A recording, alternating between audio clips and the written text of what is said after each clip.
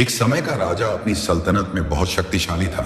खजाने से भरी हुई सेनाएं मजबूत और महल सोने से जगमगाते थे। लेकिन एक बात थी जिसे राजा समझ नहीं पा रहा था। असल राज ही क्या है?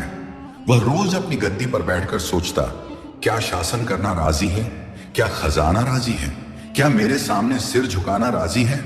उसके दिल को संतोष नहीं होता था।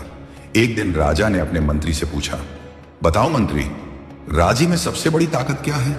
मंत्री मुस्कुराते हुए बोले, जहां आपको जवाब न मिले वहां किसी धार्मिक व्यक्ति के पास जाकर पूछा जाता है। राजा ने तुरंत आदेश दिया कि वह शहर के बाहर रहने वाले प्रसिद्ध संत के पास जाएं। संत की झोपड़ी में प्रवेश, राजा अपनी सेना और शान और शौकत के साथ जंगल के किनारे पहुंच गए। संत की झोपड़ी साधारण थी, मिट्टी की बनी हुई, दरवाजा टूटा हुआ, अंदर एक फटा हुआ बिस्तर और मिट्टी का एक प्याला रखा था। राजा हैरान रह गया। संत मुस्कुराते हुए बोले, खैर हो राजा साहब? राजा ने सिर झुकाकर पूछा, मैं जानना चाहता हूं कि असल राजी क्या है। लोग कहते हैं कि मैं राजा हूं, लेकिन मुझे यकीन नहीं होता। संत ने एक सवाल पूछा। संत ने अपनी लकड़ी को जमीन पर रखकर पूछा, राजा साहब बताओ, जब तुम सोते हो तो क्या आराम से सोते हो?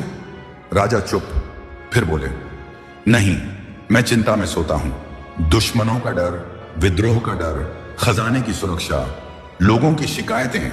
संत मुस्कुराए। संत का शांत उत्तर। संत ने अपना फटा कपड़ा उठाकर कहा, मैं यहां एक फटी झोपड़ी में सोता हूं।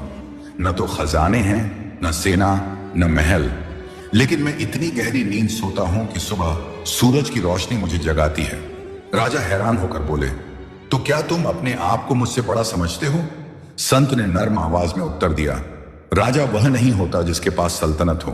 राजा वह होता है जो आराम से जी सके, लोगों को आराम दे सके और खुद भी शांति में हो। राजा ने धीरे से पूछा, तो क्या मैं राजा नहीं? संत ने जवाब दिया, आप सिंहासन के राजा हैं, लेकिन दिल के राजा बनने के लिए लोगों को शांति देनी होती है। जो लोगों को शांति दे वही असल राजा होता है। राजा का दिल बदल गया। यह वाक्य राजा के दिल में गहरी चोट की तरह लगा। वह अपनी सेना के साथ महल लौट आया, लेकिन उसके दिल में संत की बात गूंजती रही।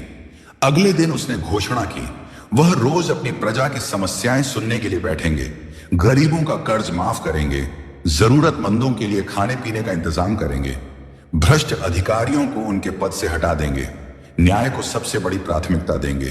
कुछ महीनों में पूरी सल्तनत बदल गई। लोग उसे दुआएं देने लगे। राजा के चेहरे पर पहली बार शांति दिखाई दी। सीख राजी धन से नहीं, शांति देने से मिलती है।